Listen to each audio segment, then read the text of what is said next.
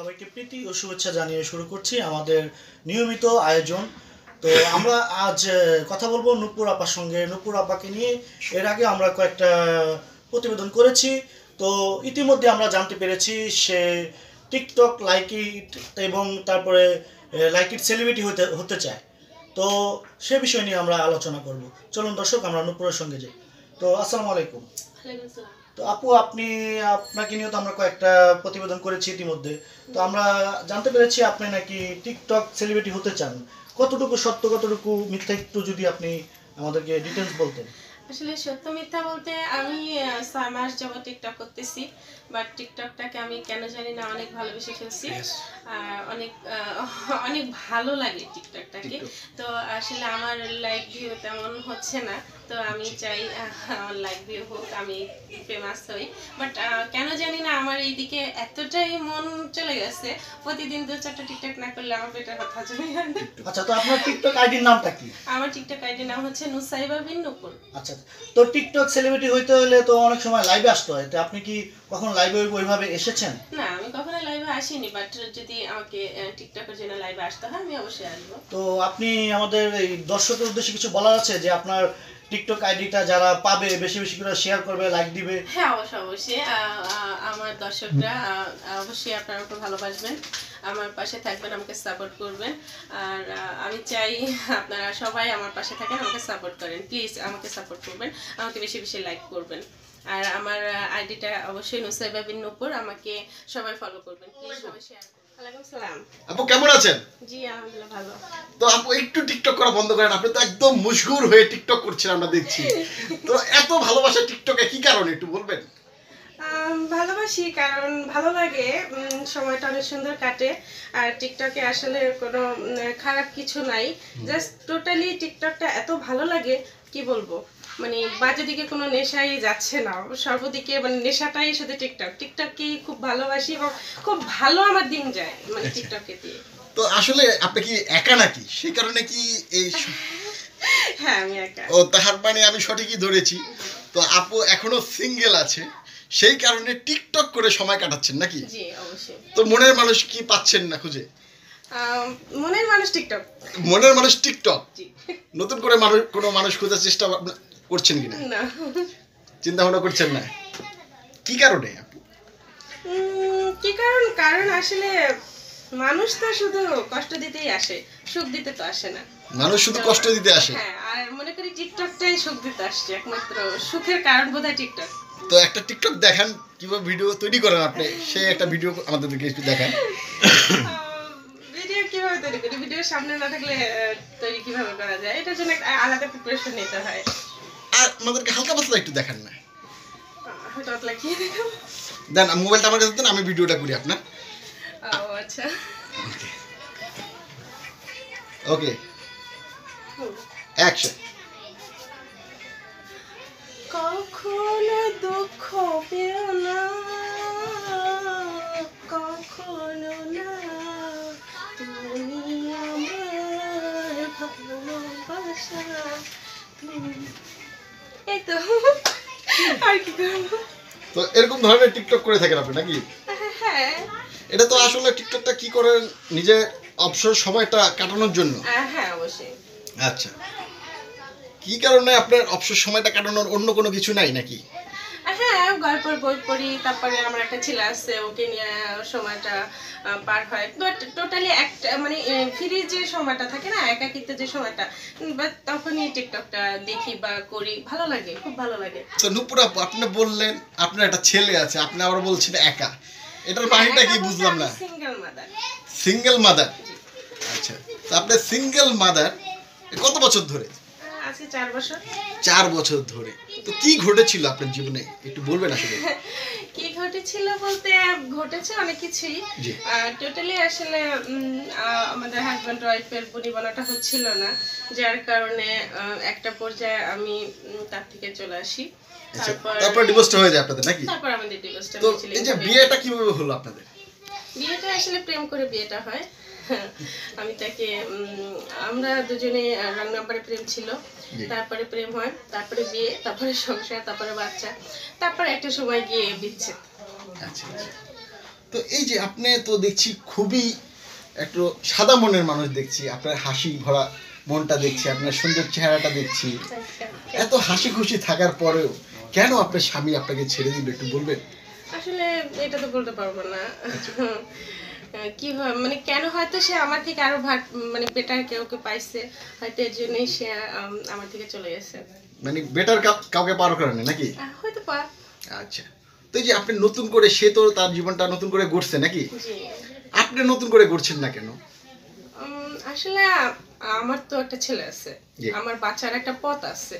অতএব আমার নিঃশ্বাস প্রশ্বাস আমার সন্তান যখন আমার কাছে থাকে, আমার বুকে ঘুমা, বাট ওকে ছাড়া বাড়তি কোনো কিছু চিন্তা আমি করতে পারি না। ওকে নিয়ে আমি ভালো আছি, এর জন্য আমার ওইরকম একাকিত্ব মনে হচ্ছে না, বিদায় আমি দ্বিতীয় কাউকে খুঁজতেছি না। এই আর কি। তো দ্বিতীয় কাউকে আপনি খুঁজছেন না, কিন্তু অন্য কেউ তো অনেকে অফার দেয় নাকি? হ্যাঁ, অনেকেই অফার দেয়, যেহেতু সেই অফার আমাকে মানতে হবে এমন তো কোনো কথা নেই। যেহেতু আমার একটা সন্তান আছে, আমি আমার সন্তানকে নিয়ে সুন্দরভাবে বাঁচতে চাই। তো ভবিষ্যতের কথা তো আসলে বলা যায় না, তাই না? ভবিষ্যতে যদি আমার কপালে দ্বিতীয় কোনো পার্সন আসে, হয়তো ওইভাবে বিবেচনা করে সর্বদিক দিয়ে যদি ভালো দেখি, হয়তো করবো। আচ্ছা, তো এর আগের বার তো প্রেম করে বিয়ে করে আপনি সুখী হতে পারলেন না, তো এবারও কি প্রেম করে বিয়ে করবেন না প্রেম করে বিয়ে করবো না, কারণ প্রেম করার স্বাদ ঘুচে গেছে। প্রেম করার ইচ্ছে নেই, বাট যদি এরকম কিছু হয় ফ্যামিলিগতভাবে হবে। তো আচ্ছা, আপনার মনের মানুষটা কেমন হবে একটু বলবেন? আমার মনের মানুষটা হবে হয়তো সে টোটালি একটা ভালো মনের মানুষ হতে হবে। আর দ্বিতীয় কথা হচ্ছে আমার সন্তানকে নিঃস্বার্থভাবে ভালোবাসবে এবং আমার সন্তানকে সে নিজের সন্তানের মতো করে মানুষ করবে। যদি এরকম কোনো মানুষ হয়, বাস তাহলেই হবে। আচ্ছা, তো এই যুগে এরকম মানুষ খুঁজে পাওয়া তো দুষ্কর। সেটাই তো, এর জন্য তো 4 বছর একা। সেই জন্যই 4 বছর একা থাকছে। হ্যাঁ, অবশ্যই। তো এরকম আরো কত বছর একা থাকতে হবে আপু? জানি না তো, ভাগ্যে যে কয়দিন আছে। ভাগ্যে যে কয়দিন আছে। তবে একা লাইফটা আসলে ভালো আছি। একা লাইফটা ভালো আছে। স্বাধীন জীবন। স্বাধীন জীবন। হ্যাঁ, খুব ভালো আছি। তো বিয়ের পরে পরাধীন কি কারণে হয়?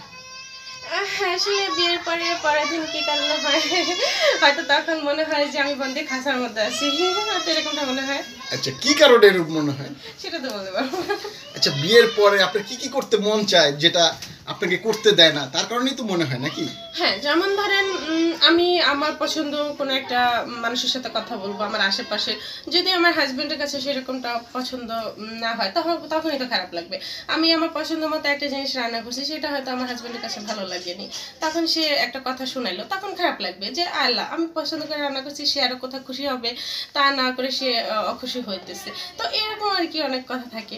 তারপর আমি একটা পছন্দ মতো একটা ড্রেস বানাইলাম, আমার হাজবেন্ডের কাছে ভালো লাগলো না, যে না তুমি এইভাবে না এইভাবে বানাও, তখন খারাপ লাগে যে হায় লাগে এটা কেন, আমার পছন্দের জিনিসকে সে সাপোর্ট করতেছে না, তার কাছে ভালো লাগতেছে না। মানে এই সমস্ত আস্তে আস্তে একটা একটু ছোটখাটো বিষয় নিয়ে হয়তো বা তাদের মধ্যে দূরত্বটা সৃষ্টি হয়। আচ্ছা, তো নূপুর আপু, আপনি বললেন 4 বছর ধরে আপনি সিঙ্গেল মাদার। জি। তো তাছাড়া আমরা যেটা জানলাম আপনার বাচ্চারও অসুস্থ, মাও অসুস্থ নাকি? তো আপনার এই যে সংসারটা কিভাবে চলতেছে এখন 4 বছর ধরে? 4 বছর যাবত আসলে আমার আব্বা মানে রাজমিস্ত্রি কন্ট্রাক্টর, তো আমার আব্বা কন্ট্রাক্টরি করে, আর আমার ভাই সেও কন্ট্রাক্টরি করে, টাইলস মিস্ত্রি কন্ট্রাক্টর। তো টোটালি মানে যাই হোক 1.5 বছর যাবত তো মায়ের ট্রিটমেন্টের জন্য আত্মীয় স্বজন যারা আশেপাশে সবাই আগে আসছে, সবাই দেখছে, নিজেদেরও জায়গা সম্পত্তি যা ছিল সবই বিক্রি হয়ে গেছে। তো মোটামুটি আর কি আল্লাহ পাকের ইচ্ছা এই পর্যন্ত আসছি। আচ্ছা, তো ভবিষ্যতে কি করতে যাচ্ছেন আসলে?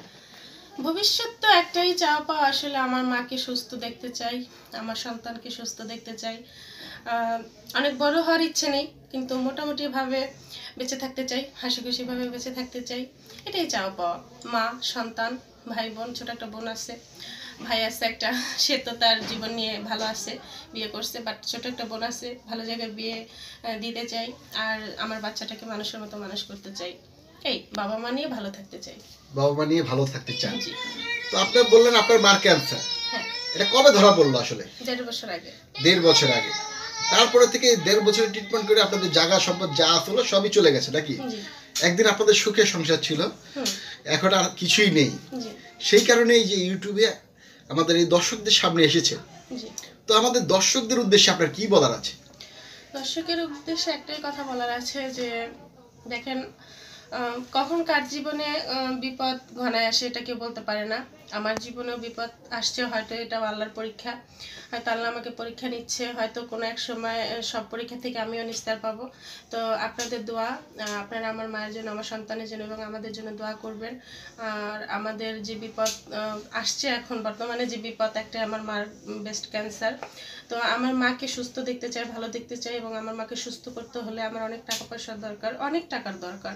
তো অলরেডি আমার 8 লক্ষ টাকা চলে গেছে, আরও কত যাবে আমি বলতে পারবো না। তবে আমার টোটালি যে ট্রিটমেন্ট, মানে ভালো যে ট্রিটমেন্ট, সেটা হয়তো করলে আমার মা সুস্থ হয়ে যেতে পারে, হয়তো বা আশা করছি আর কি। তো আপনারা সবাই যদি আগায় আসেন, আপনাদের সবার নিঃস্বার্থ যে আগানোটা বলে, নিঃস্বার্থভাবে যে মানুষের সাহায্য সহযোগিতা যেটা বলে, যদি আপনারা সবাই মিলে আমাকে একটু একটু করে সাহায্য করেন, হয়তো বা একটু একটু করে আমি অনেক দূর আগাইতে পারবো। তো আপনারা সবাই মিলে আমাকে সাহায্য করবেন প্লিজ আমার মায়ের জন্য। তো সাহায্য কিভাবে করবে একটু বলবেন? সাহায্য তো আমার বিকাশ নাম্বার আছে, তো আমি বিকাশ নাম্বারটা দিয়ে দিতে পারি। আর অ্যাকাউন্ট আছে, বাট আমার মায়ের যেটা অ্যাকাউন্ট নাম্বার আমার নেই। আপনার মা নাম কি? আমার মায়ের নাম নুরুন্নাহার লতা। অ্যাকাউন্ট নেম কি আছে? লতা। লতা নামে? জি। আচ্ছা, তার অ্যাকাউন্ট নাম্বারটা আমরা ডেসক্রিপশন বক্সে দিয়ে দিব। হ্যাঁ অবশ্যই দিয়ে দেব। আর এই যে মোবাইল নাম্বারটা যে দিবেন আপনি, জি। তো আগেই বলে নিচ্ছি আপু, মোবাইল নাম্বারটা দিলে পৃথিবীতে ভালো মানুষও আছে, খারাপ মানুষও আছে। ভালো ফোনও আসবে, খারাপ ফোনও আসবে। তারপরে কি মোবাইল নাম্বারটা দিবেন? হ্যাঁ, এছাড়া তো উপায় নাই। উপায় নাই, কারণ এর ছাড়া মানুষ সাহায্য সহযোগিতাও করে না, করে না, হ্যাঁ। সরাসরি কথা না বলে। জি। তো নাম্বারটা বলেন। 0176 8158 149। আচ্ছা, তো আমাদের দর্শকদেরকে বললেন, আপনার দর্শকদের কাছ থেকে সাহায্য সহযোগিতা চাচ্ছেন নাকি? জি। তো আপনি ভালো থাকেন, আপনার পরিবারের যে বিপদটা এসেছে সেটা দূর হোক, এই প্রত্যাশাই করি। আর সম্মানিত দর্শক, আপনারা যারা এই প্রতিবেদনটা দেখলেন, আপনাদের পরিবারের কারো যাতে এরকম ধরনের কোনো রোগ বালাই ব্যাধি না আসে, সেই প্রত্যাশা রেখে আজকের প্রতিবেদন শেষ করছি। আপনারা সবাই ভালো থাকেন, সুস্থ থাকেন, আল্লাহ হাফেজ।